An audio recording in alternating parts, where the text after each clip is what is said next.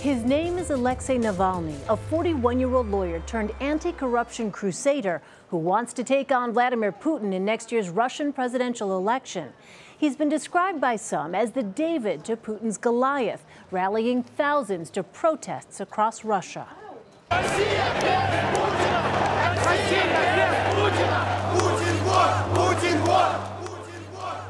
Despite his growing support, Russia's Electoral Commission has said Navalny has no chance of getting on the ballot in 2018.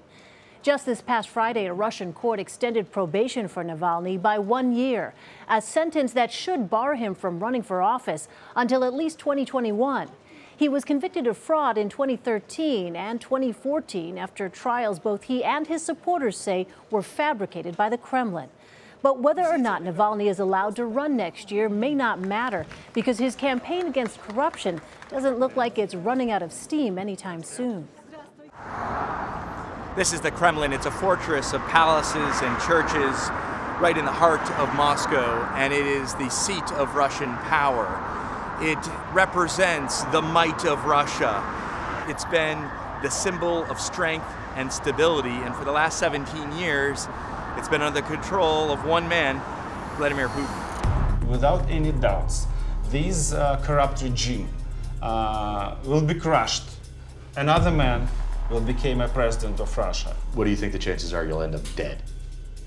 50%. I would be killed or I would not be killed.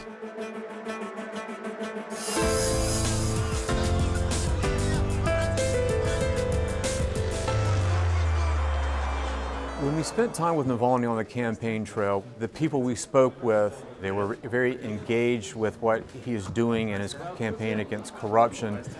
Many people there view corruption as the reason why most of Russia is so poor. It's obvious for everyone that this low level of life, this poor quality of life, it's connected with the corruption. And I'm basing my campaign on this, and that's why people appreciate that I'm not afraid to say it out loud. They see Putin and Putin's allies enriching themselves off of the government, off of the taxpayers, at their own expense. And they view Navalny as the solution to that. Everything that Navalny against of, I'm against of too. And this is why I'm supporting him, and I love his videos about Russian politicians and Russian life. He is the kind of politician who really prefers to speak directly with his followers. И мы помним, что главные злодеи здесь. A little bit like Donald Trump. He's very active on Twitter. He's very active on his 2 YouTube channels, and he's very effective at communicating with his supporters and broadening his base of supporters through social media. His supporters are really quite unique in Russia. This is a group of millennials, younger people. It's only recently, and really with this younger generation, that you've seen an interest in politics, and a lot of that interest in politics is now being channeled through Alexei Navalny.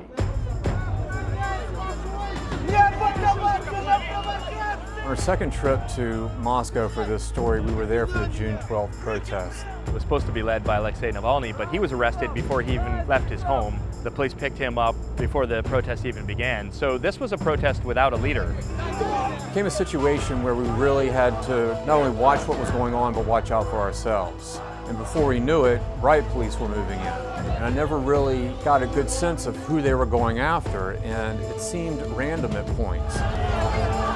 This demonstration was very surreal. Already gathered on this Moscow street were a bunch of performance artists in historical costume. You had this sort of confluence of worlds. You had Navalny's supporters, an awful lot of police in full riot gear, and when the 3 got together, these actors that were reenacting these parts of Russian history were caught up right in the middle of it. It's place not for Navalny, it's place for historical show. It couldn't have been more bizarre. Batons came out, there were punches exchanged, and people were dragged out. And so we were watching out for ourselves and our own crew. Just because we had cameras with us and we were clearly members of the media, that didn't mean that we felt safe. I've never been anything quite like this. Без всякого сомнения, Алексей и его команда являются для нас союзниками, мы его поддерживаем. В данный момент времени его штаб попросил, чтобы мы поддерживали его в качестве человека, который должен быть зарегистрирован в качестве кандидата в президенты. London's most famous Russian dissident is Mikhail Khodorkovsky. He was Russia's richest man until he was convicted of financial crimes and spent 10 years in a Russian prison. Mikhail Khodorkovsky is now supporting Alexei Navalny's presidential bid, which is of course something that the Kremlin would have a big issue with. He lives here in London in self-imposed exile.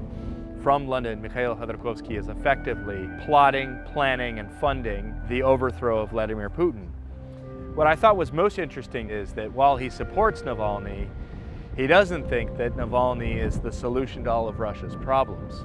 Мы, естественно, конкуренты, потому что мы ищем ему конкурентов. You're looking for people who can compete with Alexei Navalny to lead Russia. Абсолютно. И мы ищем тех людей, которые будут с ним конкурировать, но при этом будут готовы вместе с ним, в коалиции с ним и такими, как он, бороться за демократическую Россию. Ultimately, our story is about life after Vladimir Putin. While Alexei Navalny is challenging Vladimir Putin right now and wants to be on the ballot in 2018, is really thinking down the road, the next presidential election or maybe sometime in between. He doesn't necessarily think that he's going to come to power through an election. What do you think the probability is that you will end up in prison? I don't know actually, and Mr. Putin personally decided such things, and he's quite a crazy guy, so I have no idea. Now, most political analysts view him as the mouthpiece for the anti-corruption movement. Is it surprising that Alexei Navalny is still a free man? One explanation is that from the government's perspective, it is better to have him a free man than to have him behind bars as a martyr. At some point in time, there will be a new leader in Russia after Putin. Maybe it's a Putin ally, maybe it's a Putin crony, but if it is somebody different, if it is somebody that's bringing about change, it might be that Navalny opens the door for someone else to come in and change what he sees wrong in Russia. If, come December, you're not allowed to run in the election, are you going to call your supporters onto the street?